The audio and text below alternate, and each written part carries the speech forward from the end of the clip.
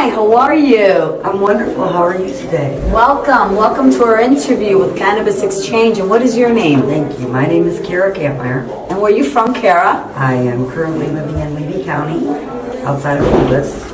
Okay, and what are your conditions, if I might ask? I mean, are you a cannabis patient, or you're not, or? I am a cannabis patient, and I've been a legal cannabis patient and an illegal cannabis patient. Isn't that horrible when you have to be an illegal cannabis patient and pretend like you have to have a different life because this plant that Mother Earth brought or God brought to us is considered illegal? What do you think about that? I found it very difficult and frightening. We didn't just have soccer plans, as some of the cannabis say. We had arrest plans, right, as well. Right. Even though my children were healthy, I was the patient. They, endured. Right. Because you're a parent, and they're saying no, she can't, function as a parent because she smokes cannabis or she's a pothead. Because that's what the terminology behind all us are, until we are proving it to everybody that we're coming out of the closet and we're showing our stories. And continue with your story, please, Kara. Well, I've always had this illness. It was finally diagnosed after being told it was in my head. I was making myself sick. Numerous antidepressants, Traminols, Adderall, all kinds of anything that you can get your hands on. Anything that might make you feel better. Exactly. Eventually they put me on methotrexate, steroids, and... So your body went out of whack. Oh, yeah. Totally out of whack. Totally out of whack.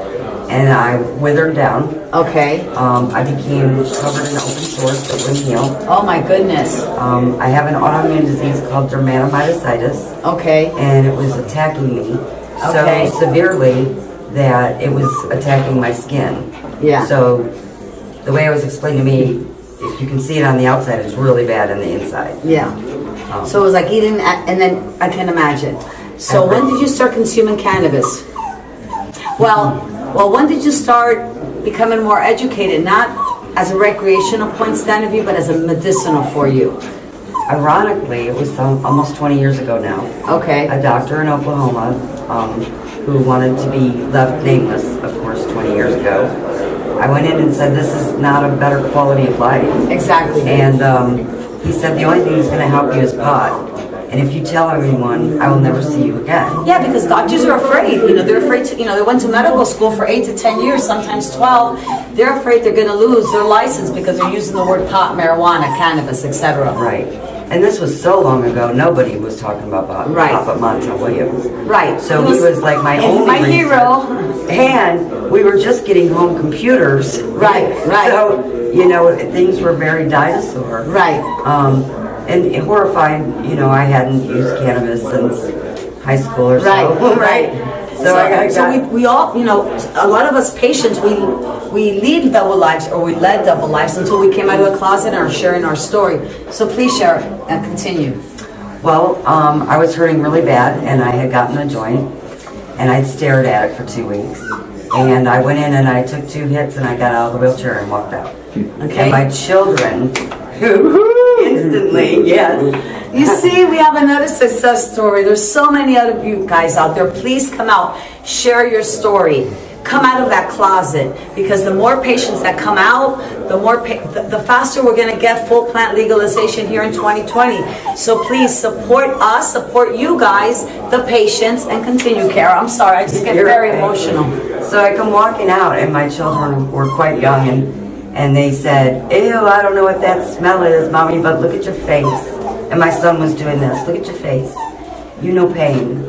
Oh. And he had never seen me well. So, you got your life back, basically. I did. It took several months to get strong again. But at that point, I couldn't even pick up a gallon of milk. Yeah. My daughter was really the mom of the house. Right. And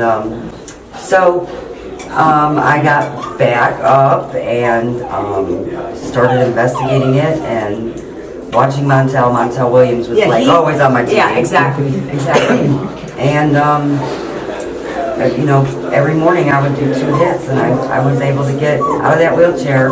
I went back to it a couple times at Walmart, but other than that, I never got back in the wheelchair. Yeah, you see, so guys, you know, this is a true story. You know, these are not paid actors. No. These are actual patients. So support Cannabis Exchange. We are going to your local neighborhood. We'll be there on the Canna train very soon. And thank you, Kara, for coming out. Thank you so much. And thank you for doing everything that you do for the cannabis industry. Totally love you. Appreciate it.